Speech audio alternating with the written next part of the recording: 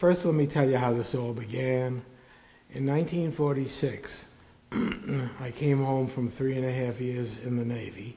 I was overseas. I had a LCT landing craft tank where I was a skipper. And when I came home, some Israeli, well, they weren't Israeli then, they were Jewish Palestinians, came to see me and asked me if I wouldn't join up with their Navy. And when I mentioned it to my parents, they said, "Oy vey, you've been away for a long time. Can't you do something else for Israel?" We were not Zionists. I wasn't born a Zionist. But what I decided to do, my father said, "Look, I've been giving money for arms for Israel." So I decided to do that. I went and collected money, and I went down to a little hotel in New York called the Hotel 14, which is right next to the Copacabana, where all the Israelis that I had heard about, or rather Jewish people interested in Palestine, used to come and discuss goings-on in pre-Israel. There I ogled at Dayan and Golda and Ben-Gurion and all of them. And I was a gun runner in effect, because they used to get arms. The only country that would give them arms to any degree was Czechoslovakia at that time. And I did that. Meanwhile, let's go forward about 12, 14 years. I became involved with Ogden Reed, who was ambassador to Israel appointed by Eisenhower. Reed was an interesting person. His family owned the Herald Tribune in New York, and every presidential Republican candidate used to have to come to the, different Republicans, by the way, used to come to their home to get their blessings. And he became a very popular ambassador to Israel, learned Hebrew phonetically, and introduced me to almost everybody that I eventually knew. But I was a Mapainik.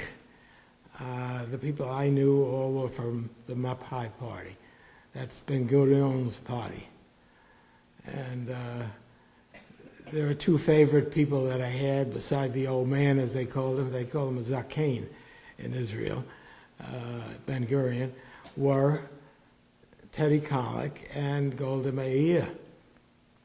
Golda Meir I called my Yiddish mama for a reason I'll tell you about later on. I'll give you the facts as I know them about her past, then I'll give you some personal experiences. She was born in Kiev in Russia, and her name was Golda Mabovich. She was one of, well, actually their two sisters survived, 5 siblings died in childbirth.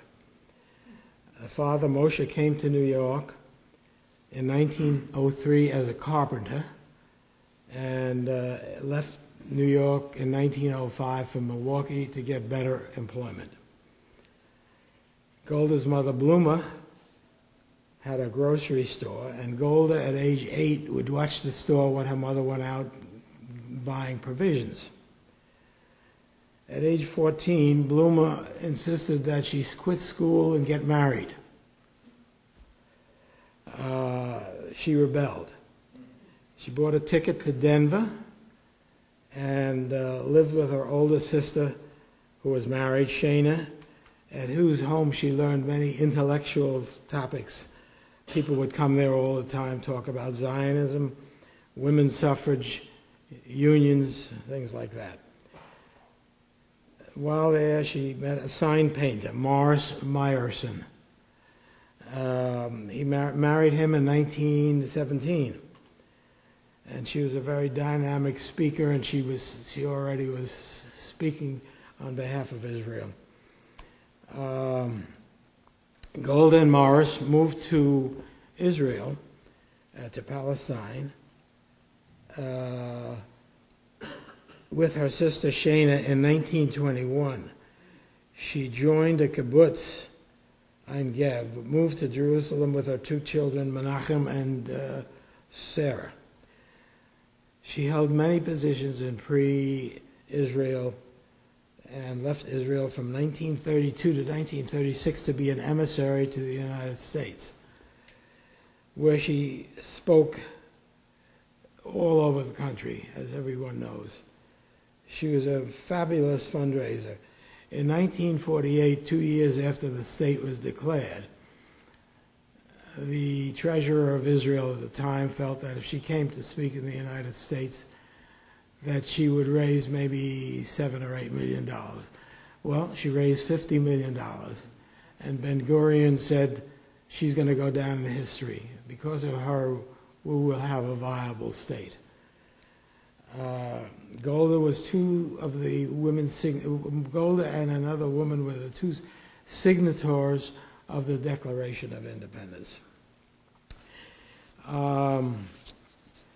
She became ambassador to Russia and then foreign minister in 1956 in Ben-Gurion's cabinet when he called her the best man in his cabinet.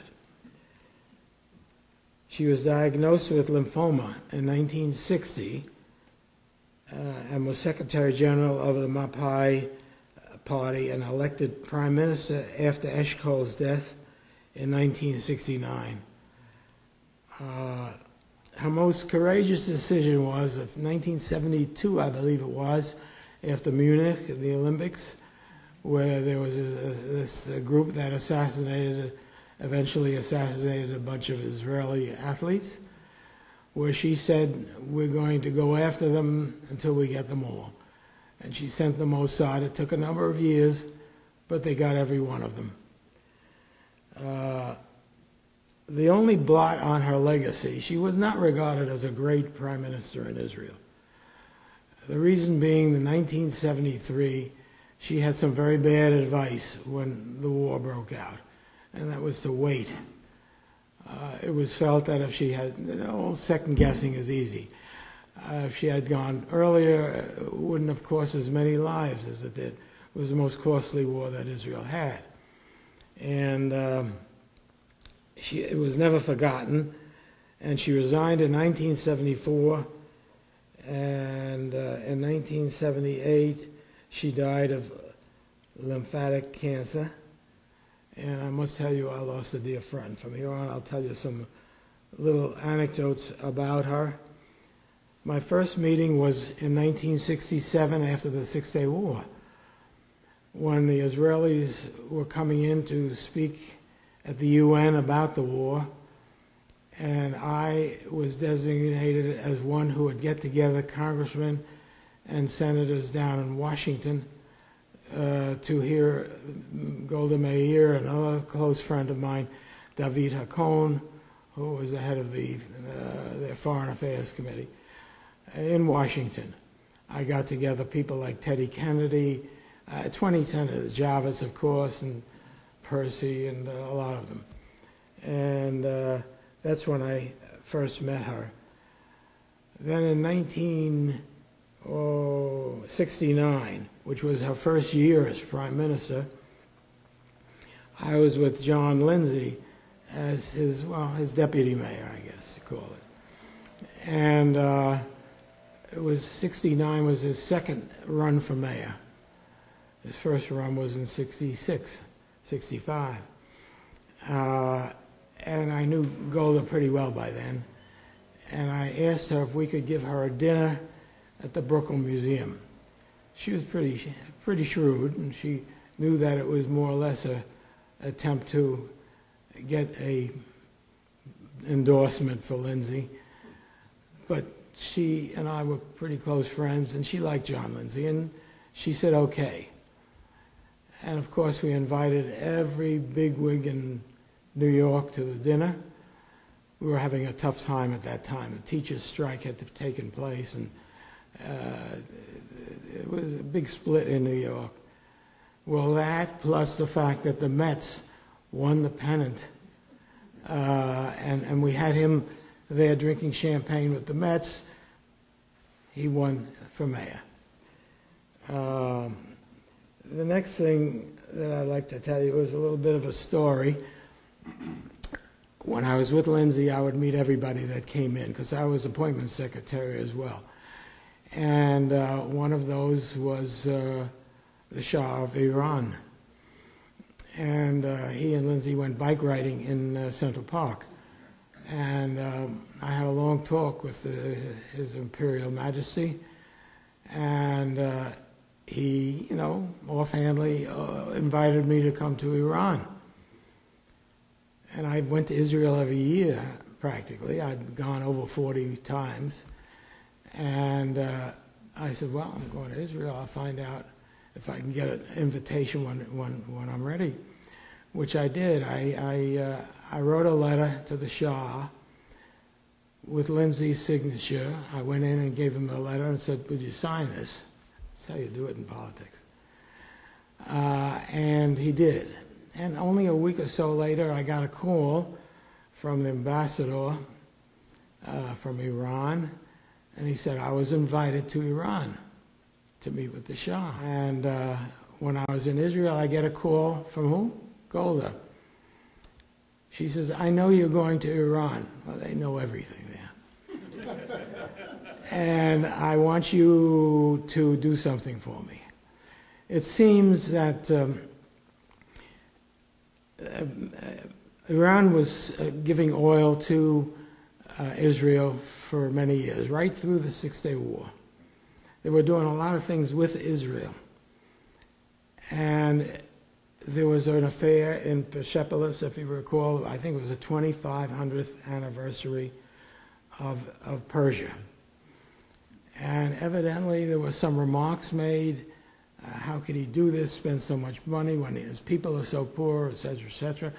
And one of his insiders, who was anti-Jewish, anti-Israel, poisoned his mind, and they stopped shipping oil. Already I'm getting over my head. I was there really just to meet with the Shah. And Golda said, I'd like to give you a message. I don't know if you're going to meet with the Shah. I told you, she knows everything. Because he's not seeing any Jews. And I can tell you a story about that. So she gave me her message. And she said, do me a favor, don't take El Al. Take Air France. I had my ticket on El Al. She says, I'll take care of the ticket. So I was on the same plane as the new, I don't know what they call them, European Union president or what have you. And we get to Tehran and get off the plane. I see a multitude of photographers, and I think it's the president of the Economic Council. No, it was for me.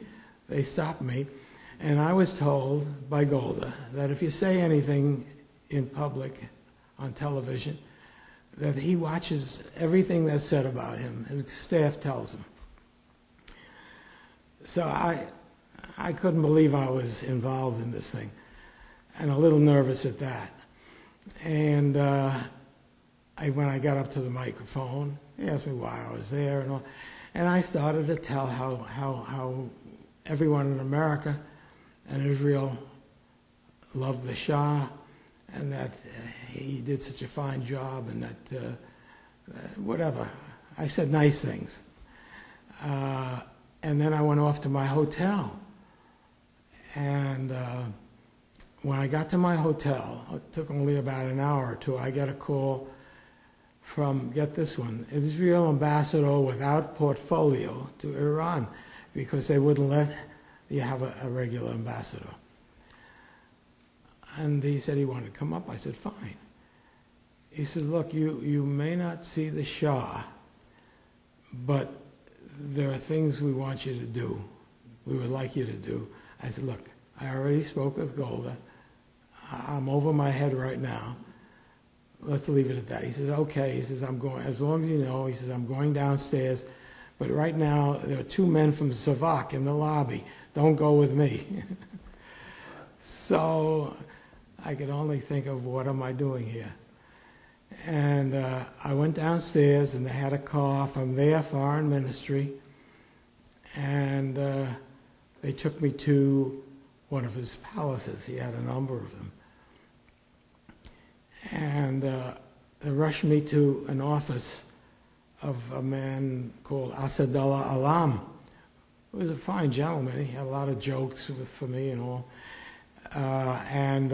Later on, many years later, I found out he was the bag man for the Shah's family. So we're talking. I still don't know whether I'm going to see the Shah. And Asadullah Alam is telling me all kinds of stories about women and all this, and I wasn't really interested. And then all of a sudden, someone comes in, and he says to me, "You're going to see the Shah. Come on, with me." As I go down the hall, they had scepters. They were lowering the scepter. I thought they were going to stab me. Lowering the scepters. It sounds like a real story out of the movies, but it's true. And I could only think about my father, who he wasn't an immigrant, but he came over with my grandfather, and they lived on the Lower East Side. I was thinking to myself, my God, what would my father think of me doing this? And I remembered one thing. He said, just remember that man is flesh and blood. That's all. So, why not take this off? It's going to fall off. And I'm waiting in front of this huge door, and all of a sudden the door opens, and I'm looking straight there, and there's this little man here. And he tells me to come in. I go in, and I'm sitting, I think I have a picture of that. I have a bunch of pictures I'm going to lay out later on. I'm sitting on this couch with the Shah, I believe it was. I mean, not I believe the Shah. It was the Shah. And we're talking. Oh, very important. Golda told me exactly what he was going to do.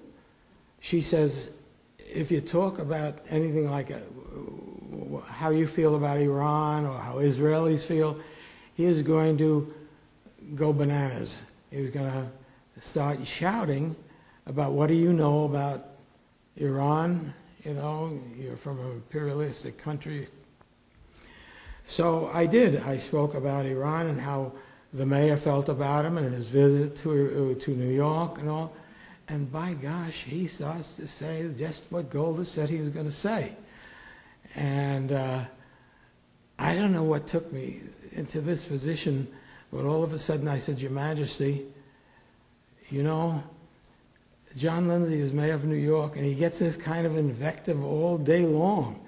You're an emperor. You're one of three that I've met in this world up to date. Why do you get so upset? Now, that's something to say to the Shah of Iran.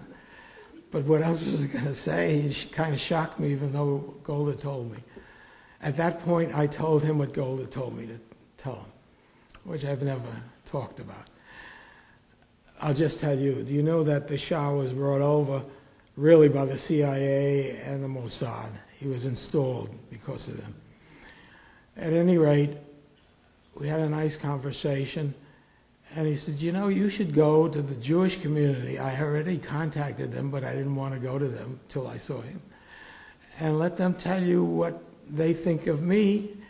And I guess it was my father, grandfather, in Persia, who were always good for the Jewish community, and they were. In the Majlis, their House of Parliament, they always had a Jewish minority. And it was a great conversation, and he said he wanted to see me when he came to New York again. Very good. And he said, what can I give you as a gift? So I knew my wife didn't like Persian rugs. So I wasn't going to say Persian rugs. He says, what about Persian rugs? No, thank you. No, it's too much to schlep around. They didn't say schlep.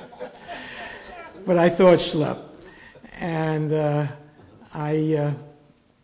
he said, how about my own caviar? Well, his own caviar really wasn't kosher. You can have beluga. You could have lake sturgeon, but not that. So I said, oh, fine. Well, if I was the kind of guy that Asadullah Alam alluded to with women, I could have had every stewardess on every flight that I took. because I gave it to the stewardesses to put to the refrigerator. I go back to my hotel the next morning before I do a little touring. I see people going past my breakfast table looking at me. And what does a man do? He checks his fly. So everything was okay. So I finish my meal and I go to the newsstand. I look there. On the front of the newspaper is The Shah and I. That's the song. And what it is if you ever have a meeting with the Shah and it's discussed in the papers, it has to be at the top of the page in Iran. And that was my story. Oh, I forgot to tell you that. The man bringing me the caviar was the Minister of Tourism in Iran.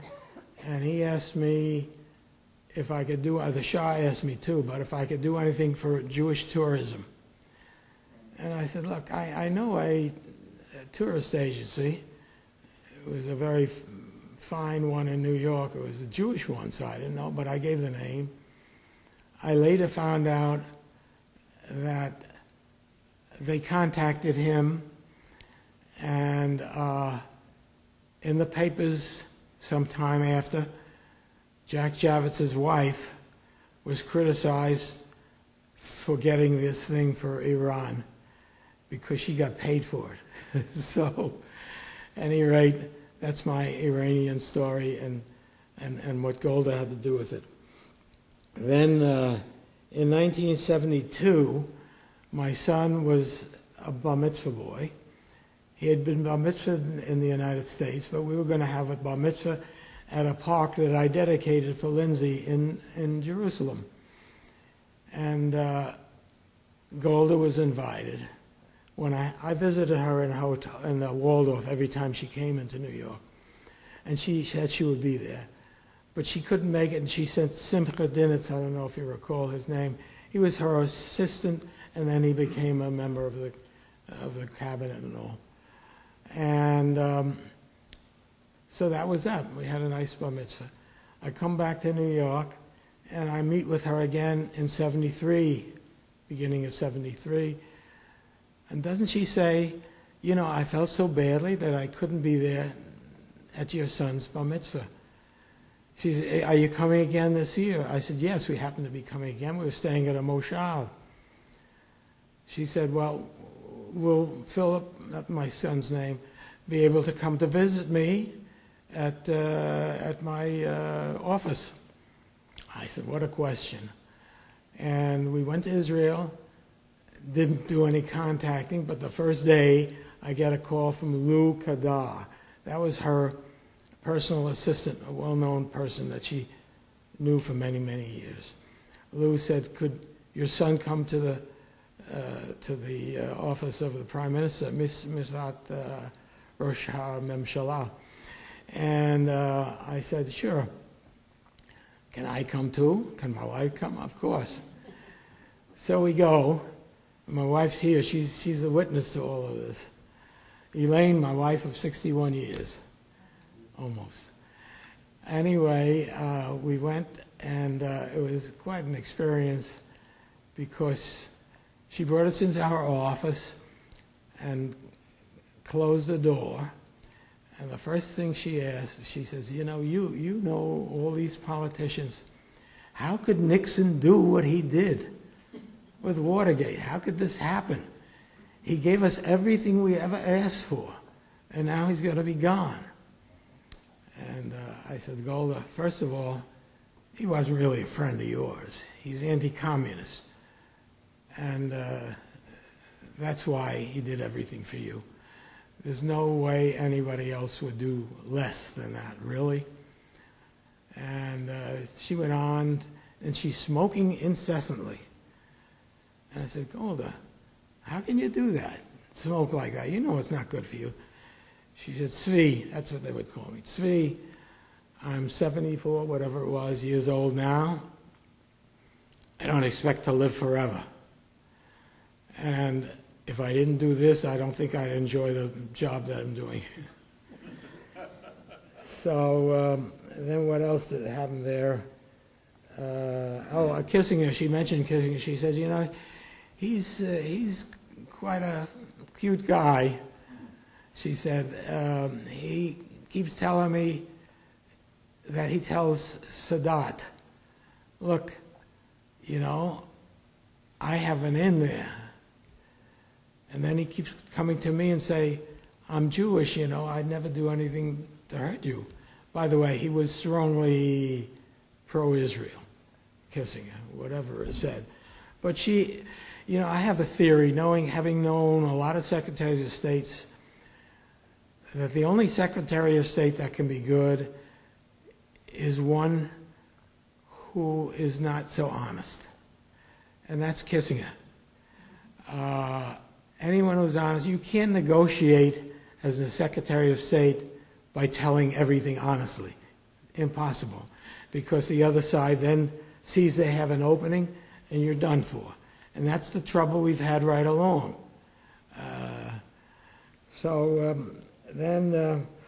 She asked me, your friend Teddy Kollek, tell me something. Every time I get up to speak, he falls asleep.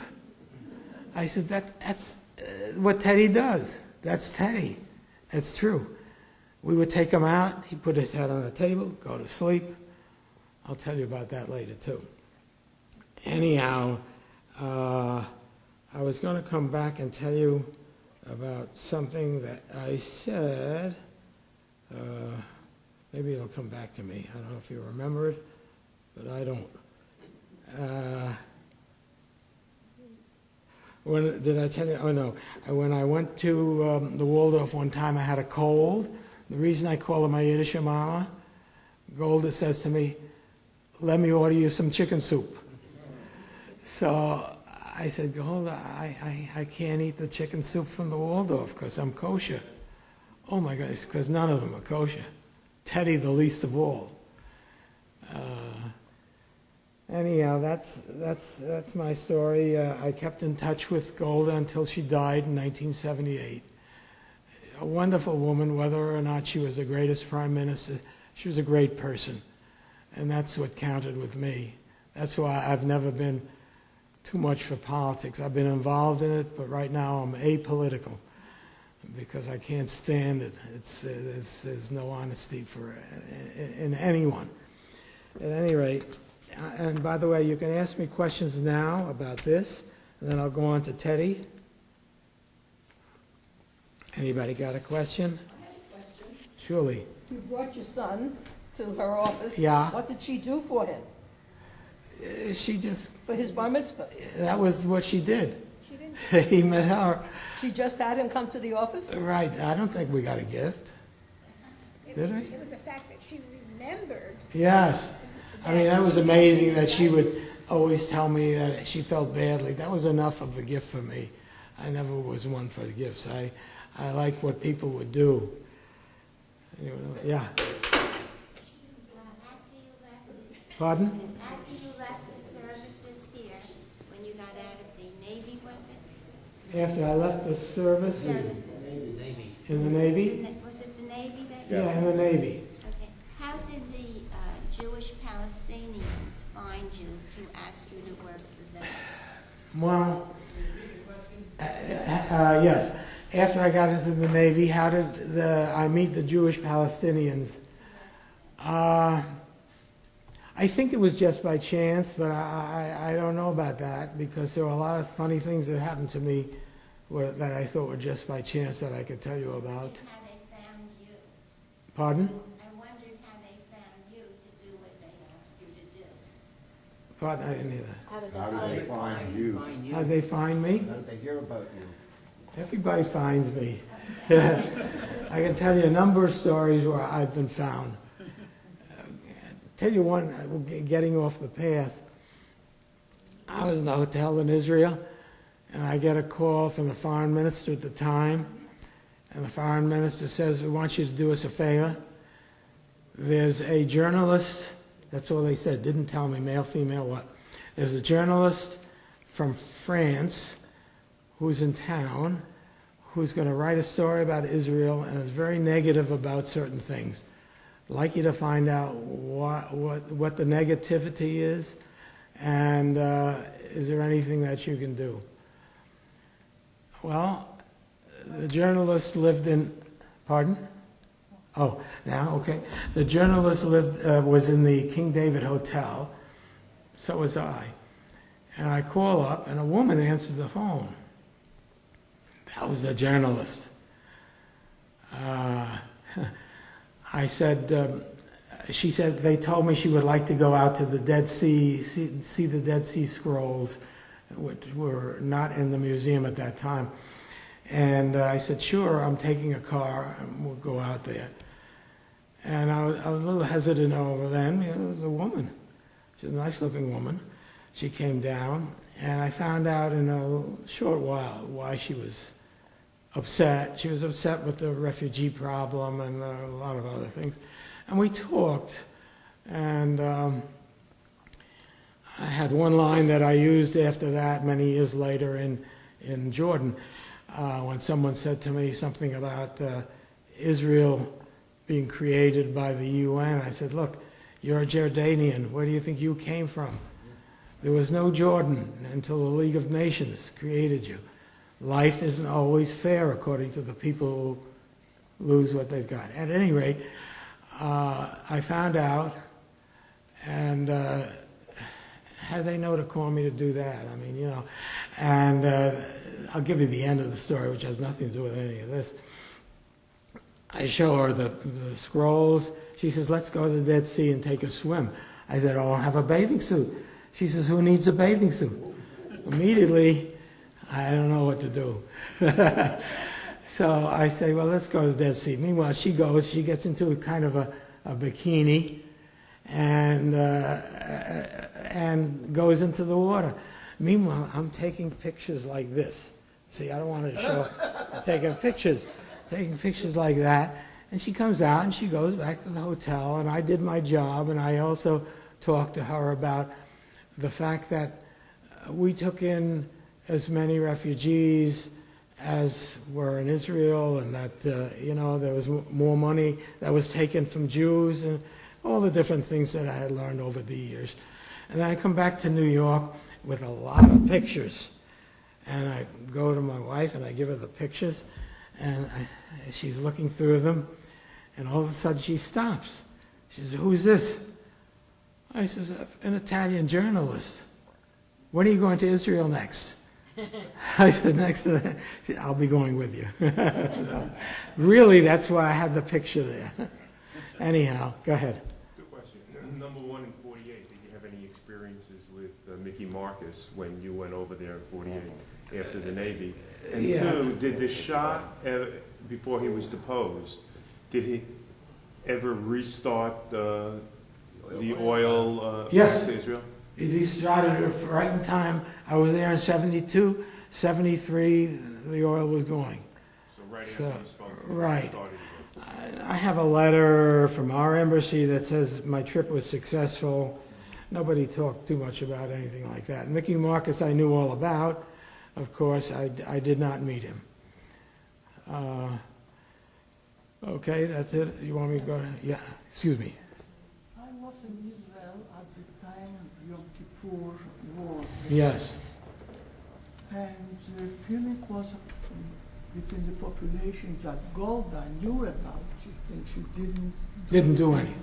Well, that's what I said was a Yeah. blot. Did she overcome this feeling of guiltness in her life? She didn't have to feel guilty. Did she overcome her feeling of guilt for doing that? You know, when you're in politics and you make a mistake, and everybody does, some are bigger and some are smaller, you can't harbor guilt. It'll kill you. This happened in 73. She died in 78. Do I think she lived 5 years in guilt? No, she kept doing things for Israel. So, no, I can't think she lived. She was well-loved, unlike the prime ministers we've had in recent years in Israel. I'll go on to Teddy, and then any others, you can come back to this. And Ask a question. yes, sir. Yeah, was something that discouraged you about Israel or something that you were not involved after Golda Meir? After she had died, you were not involved I with was not other involved. prime ministers? I was involved with every prime minister practically. I was involved with Eshkol, who took me up to Haifa, called me Tzvi, to show me missiles that just came in from the United States. He said, Tzvi, look, does this look like it cost $100 million? That's a Jewish prime minister. I was involved with Omet, who turned out to be a little bit crooked. Took money, evidently, but he was a good friend of mine. I never liked him so much. Netanyahu, I am not a good friend of. I don't like him. I think he's completely amoral. Shimon Peres is an old friend of mine. I've known him for 50 years. I still speak to him, see him. He's president of Israel. He'll always be involved, but he can't do a thing as president.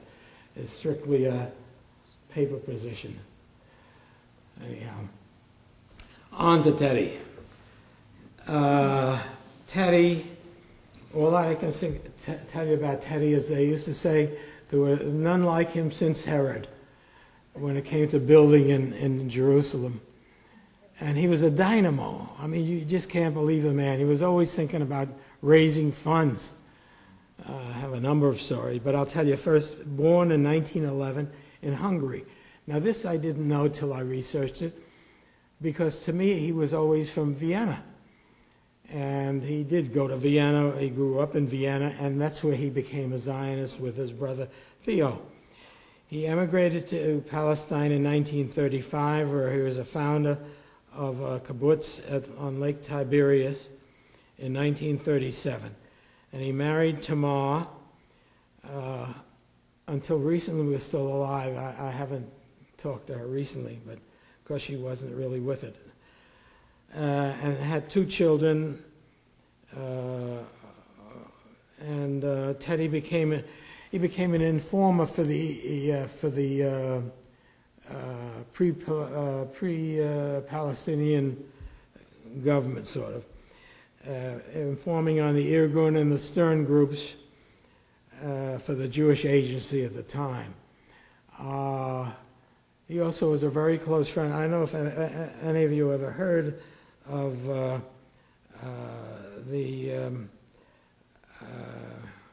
CIA man who he was very friendly with.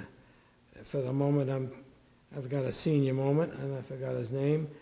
Angleton, James Angleton, who he was very close to and was very famous for being very, very close to Israel and helping them a great deal.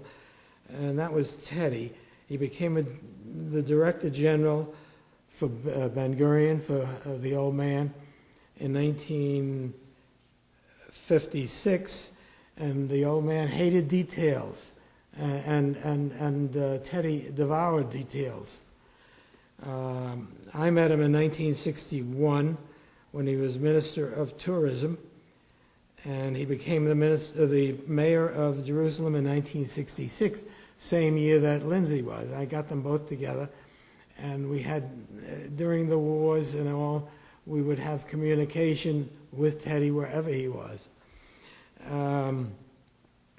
He was an unbelievable person. He served almost 30 years. He's defeated by Omer at age 82, and he died in 2007 at age 92. And I saw him and spoke to him up until practically the day that he died. He was he was something else. He would say a lot of things that he could be sorry for. I'll tell you something. Some of my anecdotes. I was up in Jerusalem in '67, right after the war, and he had a big rally of Israeli Jews and Israeli Arabs, and they loved him. The Israeli Arabs loved him.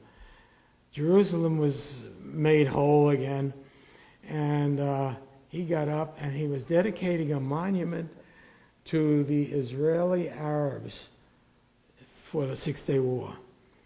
Some man in the back got up and said, "I'll never vote for you again."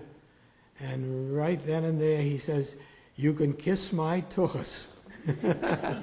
Now, what politician does that? Teddy did this his entire life. He didn't care what he said, where he said it. He would say what he felt like saying. Another example is I was with him. Well, first of all, he asked me about starting the Jerusalem Foundation in New York, and I started it in my office. And he would come in, and one day he said, "Come on, we've got Bob Wishnick, who was one of the contributors, and we'll take a ride with him, and I'm going to get some money for him." So we go into his car, and Wishnick is there, and Wishnick's like talking about himself and about Teddy doesn't. He says, "Look, Bob, unless you stop all this, I'm stopping the car, and you're going to get out." Wishnick kept talking. Teddy says to his driver, "Stop the car. Stop the car." Wishnick got out. You think that was the end of it? Wishnick called him up and gave him $100,000. So that's the kind of guy he was.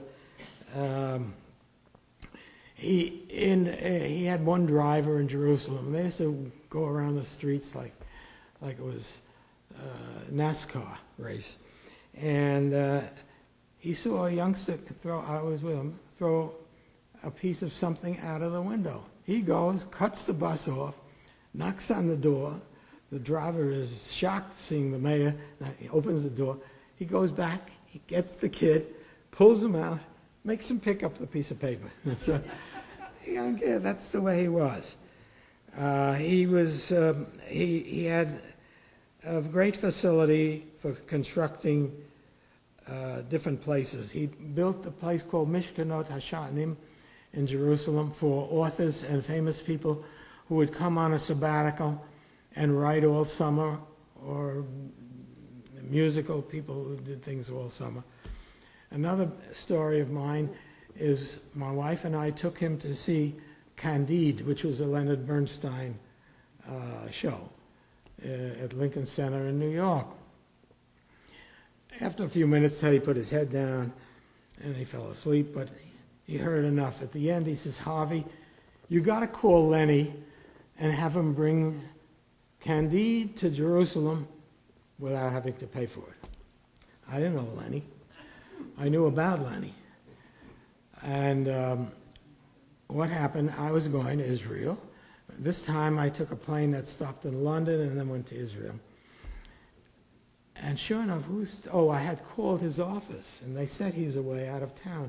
Who comes aboard but Lenny? Right now, I started calling him Lenny in my head. And he comes in the door, another young man with him, and I go up to him. I said, "Put your suitcase down." He looks at me. He puts his suitcase down. I said, "Lenny, I want you to sing the Camp Anoda song." The reason I said that is I knew he was a musical director for Camp Anoda in Massachusetts, where my son went. He puts his bag down, he starts singing the song. I said, "All right, enough. Go to your seat, I'll tell you why I did that." He goes to his seat. He's very amused by me. And I say to him, I tell him what Teddy wanted. I said, "I have a message from Teddy." "Oh, Teddy." And I'll show you a picture with Teddy where he's hugging him. And anyway, he asked me why, and I told him. And we got Candide for Jerusalem without having to pay for it. Another time, we had a date. He was to visit us in our home in Larchmont, New York. And he was never on time. But this time, he's an hour and a half late. And I said, "We're going to leave." My wife says, "How can you do that?" "I'll show you how we can do it. I'll do it like Teddy. We'll leave." We get in the car, and as we're leaving, we see Teddy and Ruthie Cheshin, who was his executive director, coming by. So I wasn't driving. I put my head down, and I said, "Go." And we left. I have the note, a picture. We wrote in there, "Sorry, I'm late," and we left. But he and I had a bunch of little battles. I always loved him. He was hard to love, easy to respect, and I felt very badly when I lost him, but he was 92, and had a full life, and he enjoyed his life. Oh, and one more story, maybe two. I bought a tapestry from some woman, and if you go by Ronson's office, I gave it here, and he got it in his office. And there was a big snowstorm in Jerusalem. I couldn't get up there, and I was going home. I called Teddy up. Teddy, could you get that for me, that tapestry? Yeah, sure. He comes back. He brings the tapestry on the plane and delivers it to me in person. He said, what mayor would do this for you? I said, none that I know of now, but you. And he was a great collector of antiquities. He with Diane. Diane, who could see out of one eye, both better than people could see out of two, particularly women. That's another story. He's another one I knew well. Anyhow, that's about it with Teddy, I think. He made his last statement to me is, Harvey, it'll take 5 generations for peace. And I believe that's true. You could have a détente, but if you read the Quran, which I have, and why Israel has to be quite cautious about it, and I'm all for peace because I'm very worried about things now. The Quran says you can make peace with your enemy, set a time limit. At the end of that time, or you can abrogate it. You slaughter them all. So when you read that, and you don't have rabbis like we have who reinterpret the Torah, like eye for an eye is not eye for an eye, things like that, you can worry. And I'm more worried about the political situation now, although one thing I always know, they'll fight one another because they have a hatred not just for Jews, but for each other. So anyhow, that's what I have. I have pictures. I don't know how to hand these around or put them someplace. This is, well, all right. I tell you what, Martin, sit here and I'll give them to you and I'll explain each one. Yeah, this is after the 6-Day War. If you can recognize me, I'm greeting, I think it's Gromyko. Why? The city greeter, Bud Palmer, if any of you knew who he was a basketball, right? He was a basketball star and a wonderful man, and he was the city greeter. But he didn't have the button that I had showing that I'm entitled to be at places like this. So 2 big guys go and carry him off, and I'm standing behind him, and Gromyko comes, shakes hands with me, and Kosygin is next. Can you see where I am? You got the back of my head. It's a younger head. Okay, this one here is self-explanatory. It's Golda, myself, and Lindsay.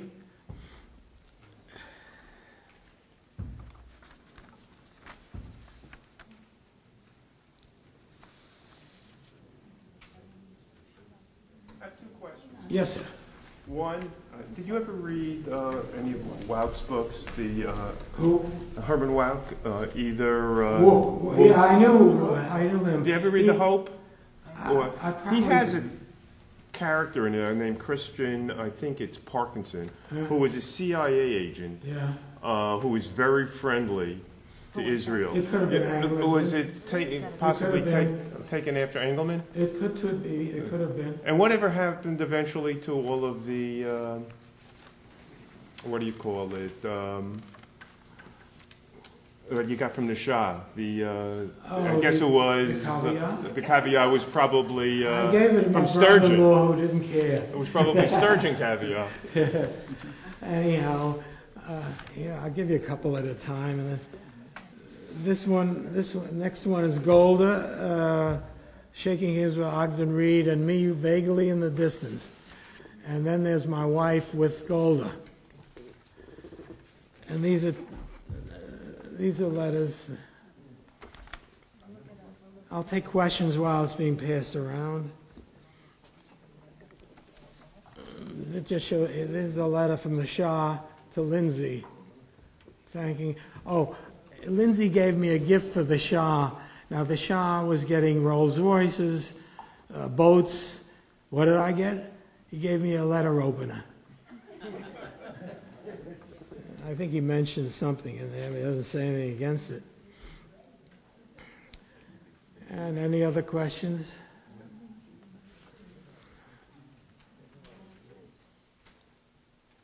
There's a picture of my wife in there with all the people that I mentioned, just so that you know that I'm telling you the truth. And this book is in your library. I wrote it in 1989. Oh, wait, this is Teddy. Oh, wait. You can pass these around. These are all Teddy. Go do the whole thing. I don't want you... Pardon? Reminiscing. You know, it's still around on Amazon. I think some people, I gave it to eBay or something and trying to sell it. I gave a lot of them out. And this is Jerusalem Foundation. This is everything Teddy did. You can keep this in your library, this book. Any other questions? Thank you very, very much. You're very, very welcome.